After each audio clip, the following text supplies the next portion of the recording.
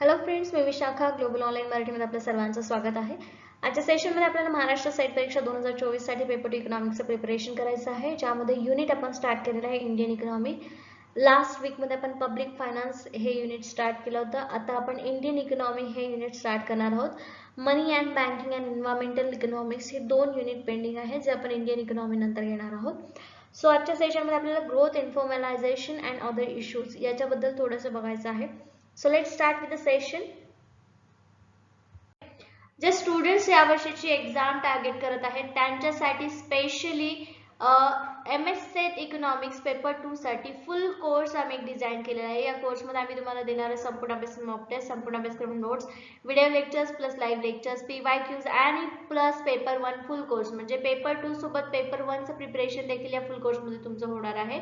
या फुल कोर्सची फीस आहे 10,000 रुपीज. 20% डिस्काउंट सुद्धा त्याच्यावरती चालू आहे आणि डिस्काउंट नंतर त्याची फीस होते 8,000 रुपीज. इकडे दिलेल्या व्हॉट्सअप नंबरला मेसेज करून तुम्ही कोर्सला जॉईन होऊ शकता किंवा प्ले स्टोअरवर जाऊन ग्लोबल ऑनलाईन नावाचं ॲप डाउनलोड करा. हेच ते ॲप आहे ज्याच्यावरती तुम्ही क्वेश्चन अटेम्प्ट करू शकणार आहात. म्हणजे डेली क्वेश्चन, जे डेली म्हणजे वीकली क्वेश्चन टेस्ट जे आहे ते तुम्ही अटेम्प्ट करू शकता, ज्यामुळे तुमची प्रॅक्टिस होईल आणि जे टॉपिक तुम्हाला समजलेत की नाही हे सेल्फ असेसमेंट करायला तुम्हाला सोपं जाईल. So let start with the session. आणि हो, ज्याची बॅच जी आहे ती स्टार्ट होणार आहे 12 तारखेपासून, 12 सप्टेंबर पासून. सो फास्ट आपलं रजिस्ट्रेशन करा आणि आपल्या प्रिपरेशनला स्टार्ट करा without any stop. Let's start the preparation. See the first point जो आहे आजचा आपल्या सेशनचा तो आहे self employed. Okay, types of workers. कुठल्या कुठल्या प्रकारचे काम करणारे कामगार असतात, ज्यामध्ये फर्स्ट आहे self employed, hired worker, casual worker, regular workers. So याच्यामध्ये सेल्फ एम्प्लॉयड काय असतं? Workers who own and operates a business for a living are referred as a self employed. Consider a farmer who is working on his own farm. More than half of the workforce falls into this category. आता याच्यामध्ये बघा self employed काय असतात, तर जे स्वतःचा business run करून जे कमवतात खातात त्यांना आपण सेल्फ एम्प्लॉयड म्हणतो. सो याच्यामध्ये जे काय येतं, फार्मरचं एक्झाम्पल दिलेलं आहे. ते काय स्वतः काम करतात आणि स्वतः कमवतात. So they are self employed. त्याच्यानंतर CA, डॉक्टर हे काय असतात? सेल्फ एम्प्लॉयड असतात. मोस्टली प्रोफेशनल सेल्फ एम्प्लॉयड असतात. स्मॉल स्केल इंडस्ट्रीज, स्टार्टअप्स हे कसे असतात? सेल्फ एम्प्लॉयड असतात. आता याच्यामध्ये नेक्स्ट कॅटेगरी जी आहे ती आहे hired workers. Hired workers are the persons who are hired by the others and are given wages and salaries in exchange for their service to the type of hired workers. Hired workers opposite to self-employed. Self-employed जे businessman असतील, स्वतः business करणार असेल, तर hired worker कसे असणार आहेत? दुसऱ्या एखाद्या कंपनीकडून किंवा दुसऱ्यांकडून ते त्यांच्या कामावरती, त्यांचं काम कंप्लीट होण्यासाठी त्यांना काम दिलेलं असणार आहे. ठीक आहे, ज्याच्यामध्ये ते पे केले जाणार आहेत त्याच्यासाठी. सो त्यामध्ये 2 टाइप आहेत हायर्ड वर्कर मध्ये. एक तर आहे casual workers and then regular workers. Casual workers are those who are not engaged on the regular permanent basis by their companies and are given wages on the hourly basis and do not receive social security benefits. And casual workers म्हणजे असे workers जे permanent नसतात कंपनीमध्ये. ते temporary base असतात किंवा CHP basis वरती असतात किंवा हंगामी असतात, म्हणजे थोड्या काळासाठी ते काम करतात त्याच्यानंतर ते दुसरीकडे जातात. तर हे कॅज्युअल वर्कर्स असतात. मग रेग्युलर वर्कर्स कोण असतात? Of course opposite to the casual workers, म्हणजे जे परमनंट असतील. Regular salaried employees and regular workers are those who are employed by someone or an organization on regular basis and are paid their salaries on regular basis. ज्यांची salary regular basis वर दिली जाते ते असतात regular workers. Okay, salaried असं त्यांना म्हटलं जाऊ शकतं. मराठीमध्ये बघा कामगारांचे प्रकार कोणते कोणते आहेत, तर इथे आहे स्वयंरोजगार, भाड्याने घेतलेले कामगार, किंवा भाड्याने म्हणण्यापेक्षा इथे मराठीतला अर्थ खूप वेगळा आलाय. बट हे स्वयंरोजगार आणि रोजगार अशा प्रकारामध्ये येतील. ठीक आहे.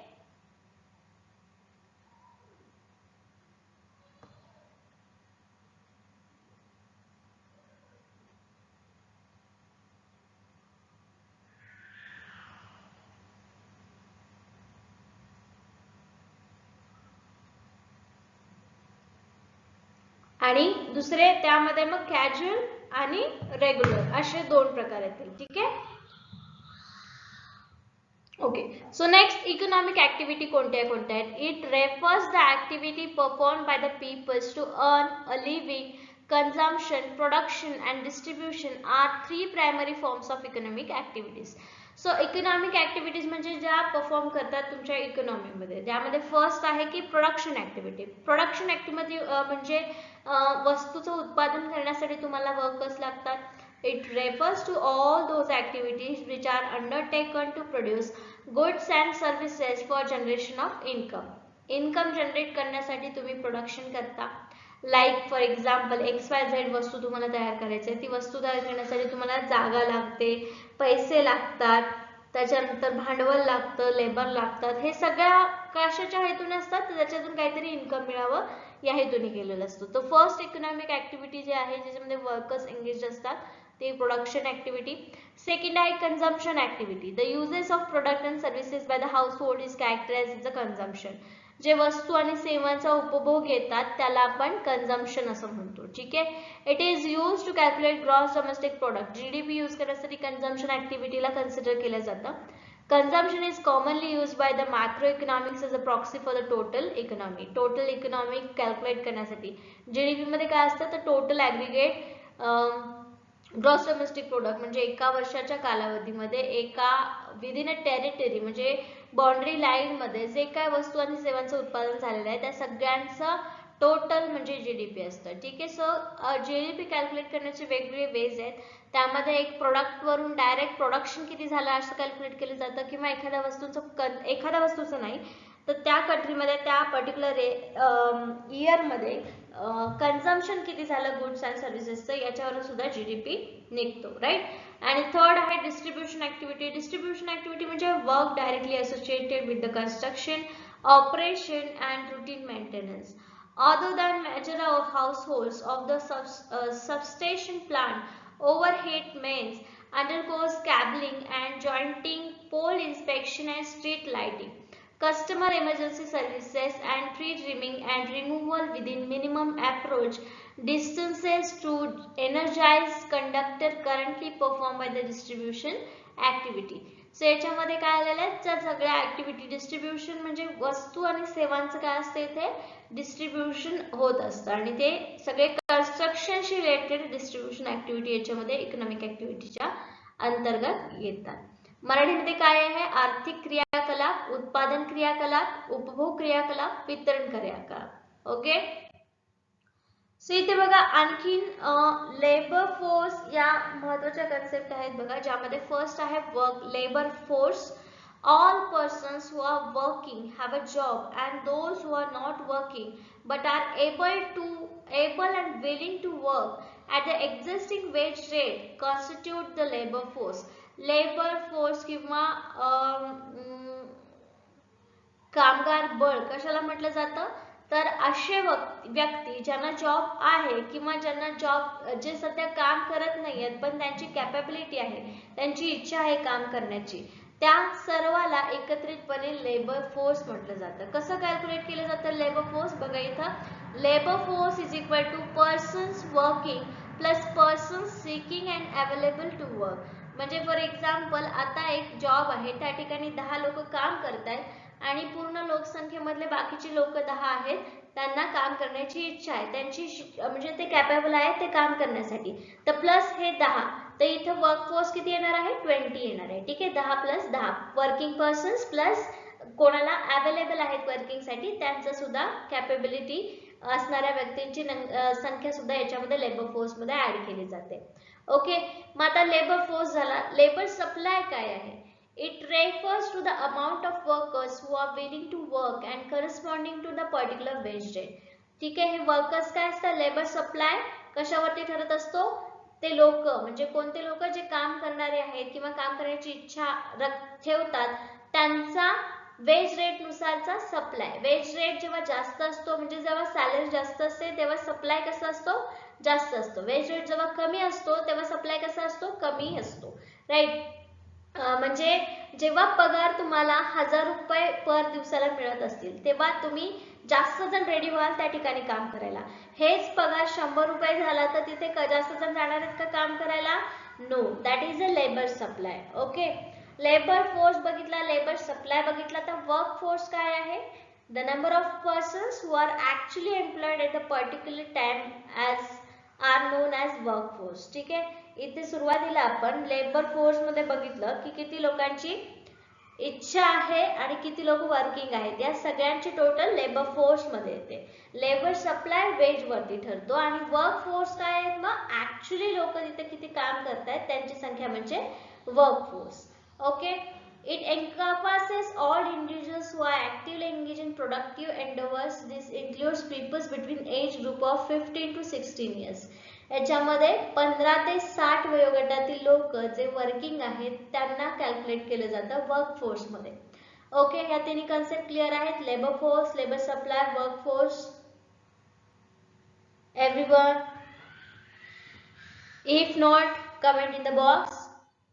कामगार शक्ती किंवा कामगार बळ, कामगार पुरवठा आणि कार्यशक्ती, work force. These are the three different concepts.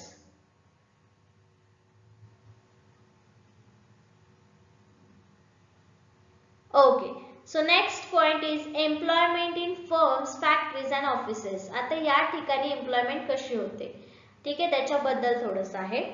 The migration of labor from agriculture and other related sectors to industry and service during the course of country's economic development, workers migrate from rural to urban areas as a part of the process. आता याच्यामध्ये बघा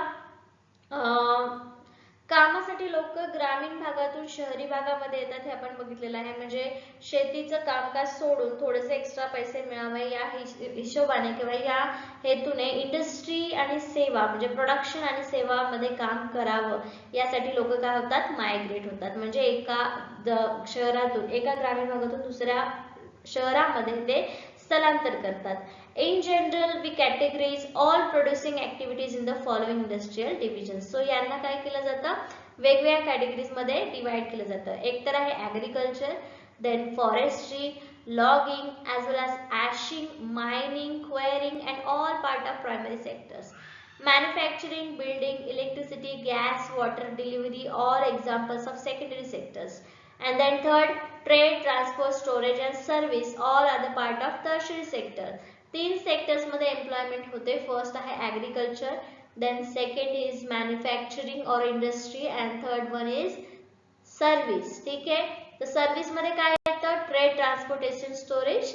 second मध्ये येतं manufacturing म्हणजे building किंवा gas, water supply या गोष्टी. आणि फर्स्ट ऍग्रिकल्चर मध्ये तर फूड फॉरेस्ट्री वगैरे या गोष्टी येतात. ठीक आहे, मायनिंग वगैरे. ओके, फर्म, कारखाने आणि कार्यालयांमधला रोजगार. ठीक आहे, जॉबलेस ग्रोथ काय आहे किंवा जॉबलेस ग्रोथची संकल्पना काय आहे ते बघूया.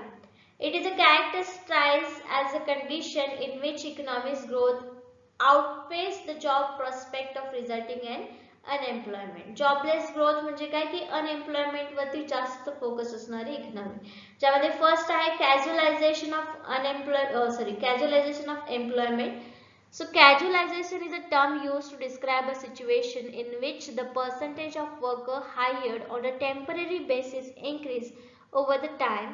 People start working as a casual laborers due to the lack of chances in an organized sector. Furthermore, the freedom in terms of working condition as well as the lack of particular enforcement of labor laws encourages business to hire more casual workers. Casualization of employment, casual workers म्हणजे काय? जे permanent नाही आहे, temporary बेसवरती काम करतायत, CHB बेसिसवरती काम करतायत, ते असतात कॅज्युअल एम्प्लॉय. तर इथे पण काय सांगितलेलं, कॅज्युअलायझेशन एम्प्लॉयमेंट कधी होतं? जेव्हा व्यवस्थित लेबर लॉ तिथे अवेलेबल नसेल, कंडिशन नसेल एखाद्या ऑर्गनायझेशनची त्यावेळेस, त्यानंतर बिझनेसनी काय केलं असेल, ती स्वीकारली असेल, ती पॉलिसी स्वीकारली असेल, तर तिथे कॅज्युअल एम्प्लॉयमेंट जास्त दिसून येईल. ठीक आहे, जॉबलेस ग्रोथ मध्ये कॅज्युअल एम्प्लॉयमेंट, जॉबलेस ग्रोथ असायला म्हणता येईल ना, कारण का कॅज्युअल एम्प्लॉयमेंट मध्ये तो व्यक्ती परमनंट आहे का, आज त्याचा जॉब आहे, उद्या त्याची गॅरंटी आहे का त्याला? नो. सो त्यामुळे ही कॅज्युअल एम्प्लॉयमेंट आहे, जॉबलेस ग्रोथ त्याला म्हटलं जातं किंवा it is a part of jobless growth. ठीक आहे.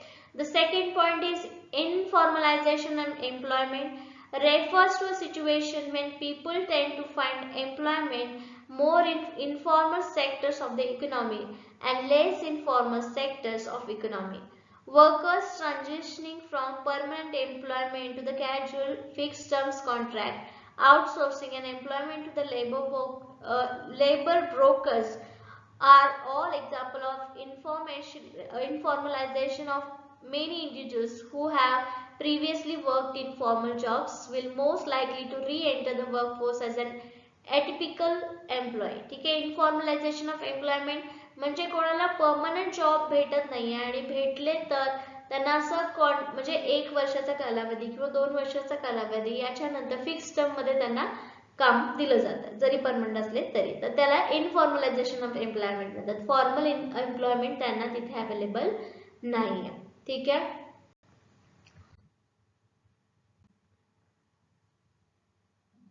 ठीक आहे. अनएम्प्लॉयमेंट समजते. अनएम्प्लॉयमेंट बद्दल 2 कन्सेप्ट. अनएम्प्लॉयमेंट काय आहे? It occurs when person is ready to willing to work at the current wage rate but it is unable to find work. Unemployment किंवा बेरोजगारी अशी सिच्युएशन आहे ज्या ठिकाणी एखाद्या व्यक्तीला काम करण्याची इच्छा आहे, जो काही सॅलरीचा दर असेल, वेज रेट असेल, त्या वेज रेटला ती व्यक्ती काम करण्यासाठी रेडी आहे, बट त्याला काम मिळत नाहीये. ठीक आहे. अनेबल टू फाइंड वर्क, कामच मिळत नसेल, काम शोधण्यासाठी त्याला प्रॉब्लेम्स येत असतील तर त्याला आपण बेरोजगारी असं म्हणतो, अनएम्प्लॉयमेंट म्हणतो. ठीक आहे. अनएम्प्लॉयमेंट रेट काय आहे मग? It is calculated as a percentage of a labour force who are unemployed, not as a percentage of total population. It is calculated as percentage of a labor force who are unemployed, not a percentage of total population. आता कसं काढणार आहे? Total population मधून जर तुम्ही unemployed लोक काढले तर अनएम्प्लॉयमेंट रेट निघणार नाही. लेबर फोर्स मध्ये काय होतं? जे लोकांची इच्छा आहे काम करण्याची आणि कॅपेबिलिटी पण आहे आणि जे ऑलरेडी वर्किंग आहे. ठीक आहे. हे लेबर फोर्स आहे. सो लेबर फोर्स मधून तुम्हाला काय करायचं आहे? नॉट वर्किंग पीपल जर काढले तर ते तुमचा एम्प्लॉयमेंट रेट असणार आहे. यांचा पर्सेंटेज जर तुम्ही काढला तर ते काय असणार आहे? अनएम्प्लॉयमेंट रेट असणार आहे. ठीक आहे. समजलंय अनएम्प्लॉयमेंट काय आहे? So this is the unemployment and unemployment rate. Now we'll see the types of unemployment.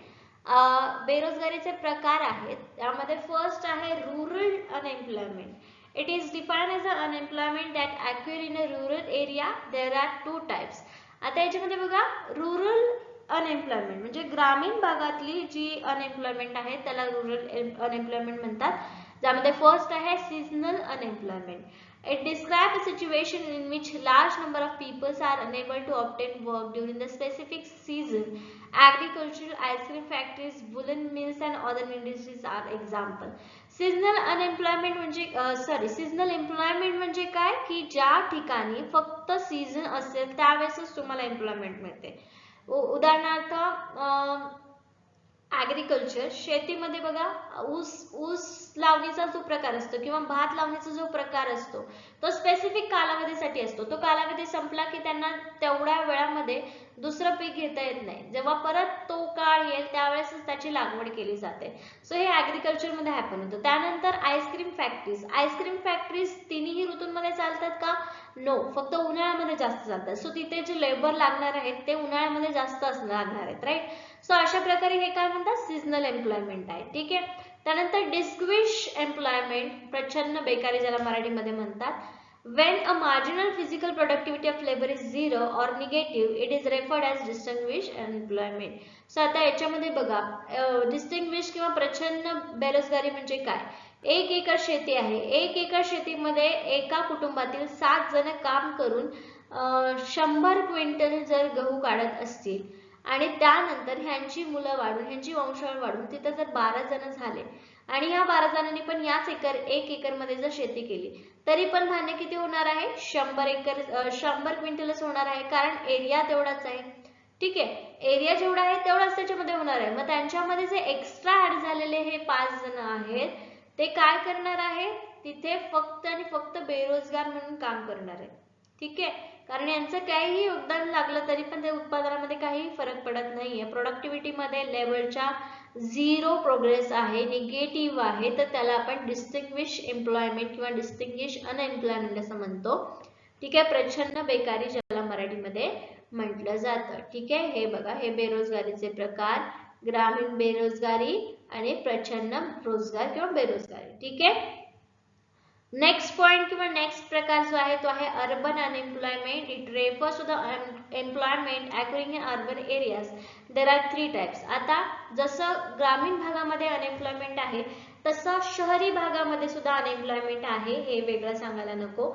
ज्यामध्ये फर्स्ट आहे industrial unemployment. This category includes illiterate peoples who want to work in industry, mining, transportation, trading and construction among the other things.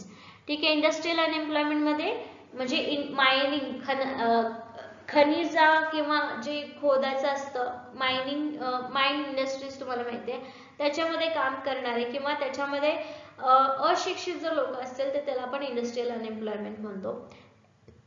Educated unemployment म्हणजे शिक्षण जास्त झालंय पण त्यांच्या कॅपेबिलिटीनुसार त्यांना जर काम मिळत नसेल तर ते एज्युकेटेड अनएम्प्लॉयमेंट असते. Among the educated peoples, apart from the open unemployment, many are underemployed because qualification does not match the job. Faulty education system, mass output preference for white collar jobs, lack of employable skills and donning formal salaries jobs are mainly responsible for unemployment among educated youths in India. आजकाल लोकांचं शिक्षण जास्त होतं आणि त्या शिक्षणाच्या मॅचिंगला त्यांना job भेटत नाही, तर ते आहेत एज्युकेटेड अनएम्प्लॉयमेंट. त्यानंतर technological unemployment. As a result of technological advancement, an economy may experience some structural unemployment. Such unemployment may be described as a technological unemployment. Structural unemployment म्हणजे काय की टेक्नॉलॉजिकल ॲडव्हान्समेंटमुळे त्यांना तिथे चान्स मिळत नाही आणि तिथे मग म्हणजे जिथे 10 लोक काम करत होते तिथे एक मशीननी जर जागा घेतली तर ते 10 लोक कसे होतात, अनएम्प्लॉयड होतात. तर त्याला टेक्नॉलॉजिकल अनएम्प्लॉयमेंट असं म्हटलं जातं. Some workers are being replaced by the machines as the result of introduction the new machinery, improvements in manufacturing products, labor saving technologies and so on. So हा प्रकार येतो लेबर शहरी बेरोजगारीमध्ये, ज्यामध्ये या गोष्टींमुळे त्यांना काय होतं, बेरोजगारीला सामना करावा लागतो. Okay, so next point is causes of unemployment. काय रिझन असू शकतात या अनएम्प्लॉयमेंटचे. फर्स्ट आहे slow economic growth. In the Indian economy, the rate of growth is very slow.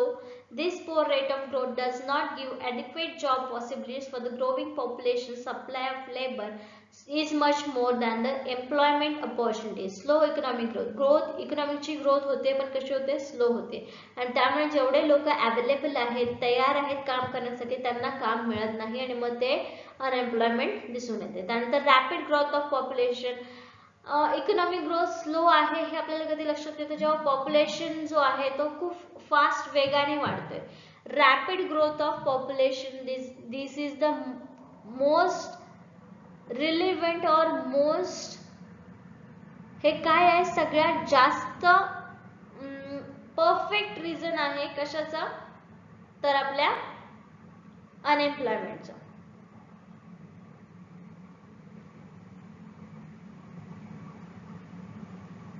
ठीक आहे, सो जशी लोकसंख्या वाढते, 100 लोक असताना त्यांना एम्प्लॉयमेंट देईपर्यंत 200 होतात, 200 न देईपर्यंत तिथे 400 होतात आणि त्यामुळे मग अनएम्प्लॉयमेंट दिसून येते. तर थर्ड पॉइंट आहे अनएडिक्वेट एम्प्लॉयमेंट प्लॅनिंग. व्यवस्थित प्लॅनिंग नसतं एम्प्लॉयमेंटसाठी. India's 5 year plans was not created with the goal of creating jobs in a minds. म्हणजे या 5 year प्लॅन मध्ये जॉब क्रिएशनचं कोणतं ऑब्जेक्टिव्ह नाहीये, गोल नाहीये. सो त्यामुळे काय होतं, मग अनएम्प्लॉयमेंट दिसून येते. ठीक आहे, नेक्स्ट पॉइंट किंवा कारण आहे over use of foreign technology. आता इथे लेबर फोर्स जास्त आहे तर इंडियाने लेबर ओरिएंटेड प्रोडक्शन करायला पाहिजे, पण तरी पण सगळ्या जगाच्या बरोबरीने चालावं या उद्देशाने टेक्नॉलॉजीला आत्मसात करण्याचा प्रयत्न करते इंडियन इकॉनॉमी आणि त्याच्यामुळे मग अनएम्प्लॉयमेंट दिसून येते. त्यानंतर नेक्स्ट पॉइंट आहे किंवा रिझन आहे अनएम्प्लॉयमेंटचं, that is shortage of financial resources.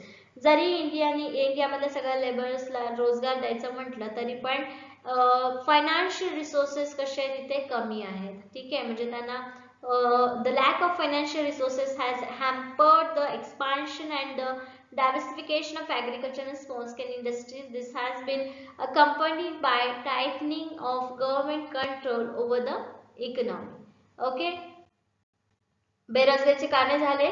आता गव्हर्नमेंट अँड एम्प्लॉयमेंट जनरेशन. आता गव्हर्नमेंटने कुठले इनिशिएटिव्ह घेतलेले आहेत एम्प्लॉयमेंट जनरेशनसाठी किंवा अनएम्प्लॉयमेंट कमी करण्यासाठी.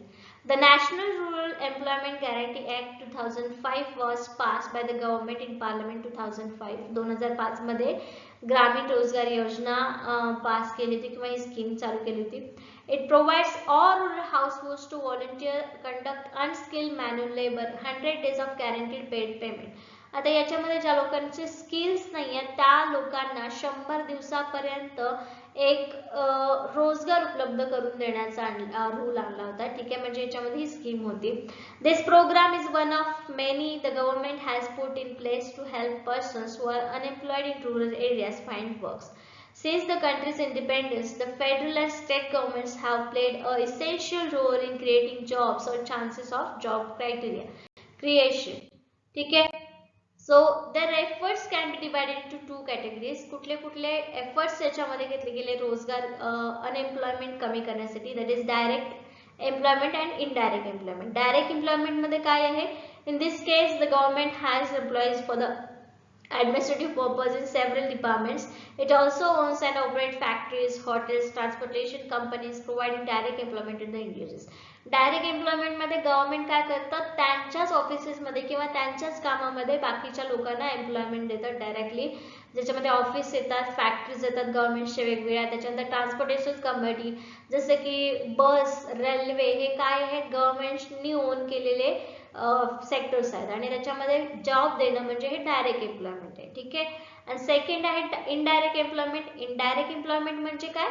So the output of goods and services from government enterprises increases in the private enterprises which receives raw material from government enterprises will also raise their output. As a result, the number of job opportunities in economy will expand. आता असे काय करते government, काय करते ज्यांना raw material provide करते त्यांना सुद्धा प्रोडक्शन करण्यासाठी प्रोत्साहन देते, म्हणजे ती सुद्धा एम्प्लॉयमेंटच क्रिएट करणार आहे तिथे.